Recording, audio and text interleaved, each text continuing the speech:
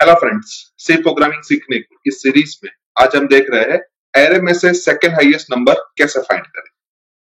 तो सबसे पहले हमें एक एरे की जरूरत पड़ेगी, तो मैं यहाँ पे डिक्लेयर कर देता हूँ, लेट अस से इंटीजर a ऑफ 5। उसके बाद CLR SCR लिख देता हूँ ताकि हमें कोई प्रीवियस आउटपुट दिखाई ना दे, और लास्ट में मैं गेट ch लिख देता हूँ। अभी यहाँ पे हमने 5 नंबर्स का एरे लिया हुआ है, उसका मतलब कि हमें यूजर के पास से 5 नंबर्स को रीड करने हैं। तो उसके लिए मैं एक स्कैनफ स्टेटमेंट लिखता हूँ, और उस स्कैनफ स्टेटमेंट के अंदर मैं सिंपल सा मैसेज छोड़ रहा हूँ %d एड्रेस ऑफ A0, जो हमें फर्स्ट नंबर रीड करके देगा।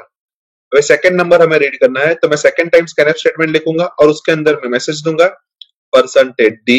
Address of A1। Third number read करने के लिए मैं लिखूंगा %d address of A2। Fourth number के लिए %d एड्रेस ऑफ A3, और फिफ्थ नंबर के लिए %d एड्रेस ऑफ A4। अभी हम सभी स्कैनफ स्टेटमेंट को ध्यान से देखें तो उसके अंदर %d address of A common है, और सिर्फ चेंज होता है तो नंबर की पोजीशन में होता है। और यही टास्क हम एक लूप की मदद से भी कर सकते हैं। तो मैं एक सिंपल सा फॉर लूप ले लेता हूँ, और उस फॉर लूप के अंदर हम ध्यान से देखें तो हमने सबसे पहले 0 नंबर की पोजीशन से वैल्यू को रीड की है, और लास्ट में फोर्थ नंबर के पोजीशन से वैल्यू रीड की है। यानी कि हम सिंपली लिख देते हैं i is equals to 0, i less than और इक्वल्स टू 4, और i प्लस प्लस। और लूप के अंदर हम एक स्कैनफ स्टेटमेंट लिखेंगे, और उस स्कैनफ स्टेटमेंट के अंदर हम सिंपली लिखेंगे %d address of A of i। यानी कि एक single scanf statement first time हमें A ऑफ 0 की वैल्यू, सेकेंड टाइम हमें A ऑफ 1 की वैल्यू, थर्ड टाइम हमें A ऑफ 2 की वैल्यू, फोर्थ टाइम हमें A ऑफ 3 की वैल्यू, और फिफ्थ टाइम हमें A ऑफ 4 की वैल्यू रीड करके देगा। अभी उसके ऊपर हम एक प्रिंटफ स्टेटमेंट लिखते हैं, और उस प्रिंटफ स्टेटमेंट के अंदर हम मैसेज दे रहे हैं एंटर A ऑफ %d, और %d की जो भी वैल्यू है वो हम i से रिप्लेस कर रहे हैं। यानी कि सबसे पहली बार हमें enter A of 0, second time enter A of 1, third time enter A of 2, fourth time enter A of 3, और fifth time enter A of 4, ऐसा मैसेज प्रिंट होके मिलेगा।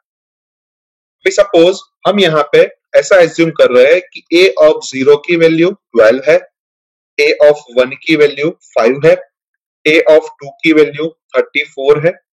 A ऑफ 3 की वैल्यू 15 है, A ऑफ 4 की वैल्यू 4 है। अभी हमें 1 बाय 1 एरे के सभी एलिमेंट्स को चेक करना पड़ेगा, और उसमें से सेकंड हाईएस्ट नंबर फाइंड करना पड़ेगा। अभी जब हम एरे के पहले एलिमेंट को चेक करेंगे उस टाइम सिर्फ एक ही नंबर हमने चेक किया होगा, यानी कि हम ऐसा बोल सकते हैं कि वो हमारा हाईएस्ट नंबर है। उसके बाद जब हम सेकंड नंबर रीड करेंगे तो हमें पता चलेगा कि फर्स्ट दो नंबर में से सेकंड हाईएस्ट नंबर कौन सा है। यानी कि अगर A ऑफ 0 की वैल्यू ज्यादा है तो A ऑफ 1 हमारा हाईएस्ट नंबर होगा, और अगर A ऑफ 1 की वैल्यू ज्यादा है तो A ऑफ 0 हमारा हाईएस्ट नंबर होगा।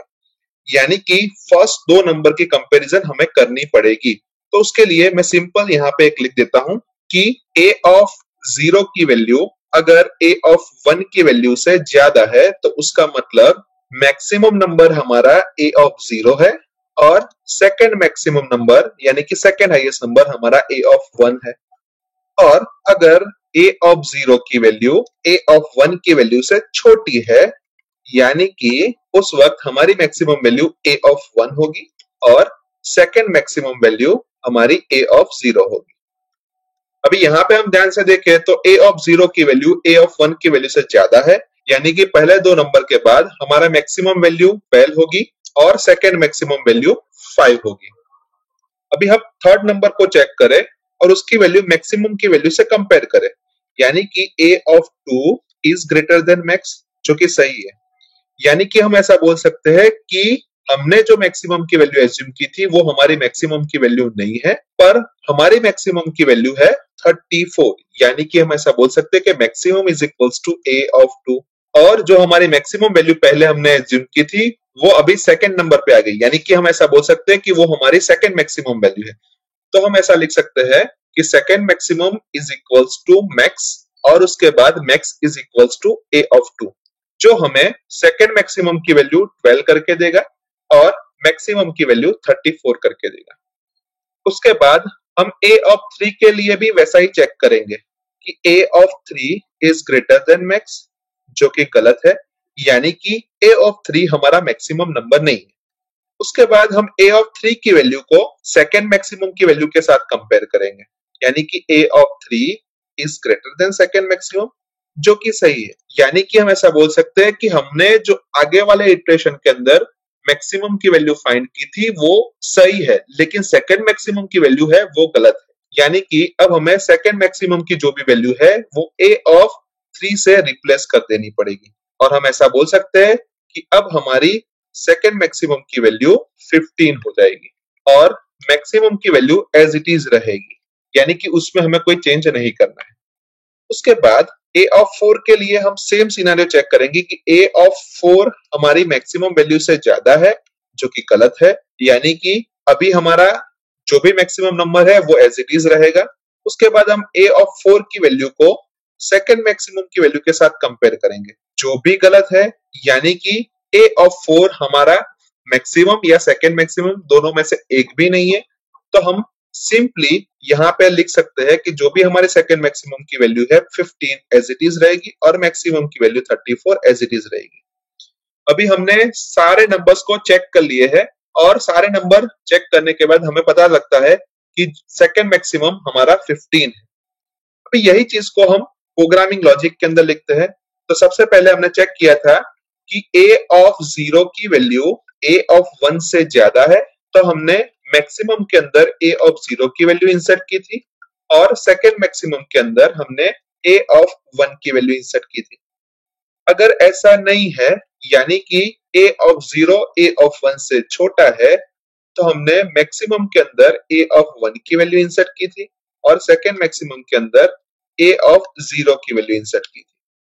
और फिर उसके बाद a of 2 से लेके a of 4 तक की जो भी वैल्यू थी उसको हमने 1 by 1 मैक्सिमम और सेकेंड मैक्सिमम के साथ कंपेयर किया। यानी कि यहाँ पे हम एक फॉर लूप लेते हैं जिसके अंदर मैं लिखता हूँ i is equals to 2, i less than or equals to 4 और i plus plus। और लूप के अंदर सबसे पहले हमने a of i की वैल्यू को मैक्सिमम की वैल्यू के साथ कंपेयर किया था, और वो अगर सही है तब हमने मैक्सिमम की जो भी वैल्यू थी उसको सेकेंड मैक्सिमम के अंदर डाली थी, जो हम a of 2 के केस में देख सकते हैं। यानी कि सिंपली यहाँ पे मैं लिख देता हूँ s max is equals to max, और उस वक्त हमने मैक्सिमम के अंदर a of 2 की वैल्यू डाली थी, यानी कि मैं यहाँ पे लिख देता हूँ कि max is equals to a of i। उसके बाद जब हमने a of 3 को चेक किया उस वक्त हमारी ये कंडीशन गलत हुई, तो हमने सेकेंड कंडीशन चेक की, यानी कि यहाँ पे मैं else if के अंदर एक कंडीशन रखता हूं और उसके अंदर मैं चेक करता हूं कि a of i की वैल्यू अगर सेकेंड मैक्सिमम से ज्यादा है तो मैंने जो भी सेकेंड मैक्सिमम की वैल्यू है उसको चेंज कर दी और उसकी वैल्यू a of i के बराबर कर दी, और उस वक्त मैक्सिमम की वैल्यू में हमने कोई चेंज नहीं किया। और अगर फर्स्ट कंडीशन और सेकंड कंडीशन दोनों गलत है, यानी कि हमारा a of i मैक्सिमम भी नहीं है या सेकंड मैक्सिमम भी नहीं है, तो उस वक्त हम कुछ भी नहीं करेंगे और लूप के बाहर हम एक प्रिंटफ स्टेटमेंट लिखेंगे और प्रिंटफ स्टेटमेंट के अंदर हम मैसेज देंगे कि सेकंड मैक्सिमम या फिर second highest number is equals to percentage d, और परसेंटेज d की जो भी वैल्यू है वो हम s max से रिप्लेस कर देंगे। अभी लूप के अंदर हमने i नाम के एक वेरिएबल का, max और s max नाम के दो वेरिएबल का यूज किया है, लेकिन वो तीनों वेरिएबल को हमने ऊपर डिक्लेयर नहीं किए हैं। तो सबसे पहले हम उसको ऊपर डिक्लेयर कर देते हैं। लेट अस से इंटीजर i max और s max, यानी कि अब हम ऐसा बोल सकते हैं कि हमारे प्रोग्राम का पूरा लॉजिक बन चुका है। तो सबसे पहले प्रोग्राम को सेव कर देते हैं, उसके बाद प्रोग्राम को कंपाइल करते हैं। कंपाइलेशन में कोई भी एरर नहीं आई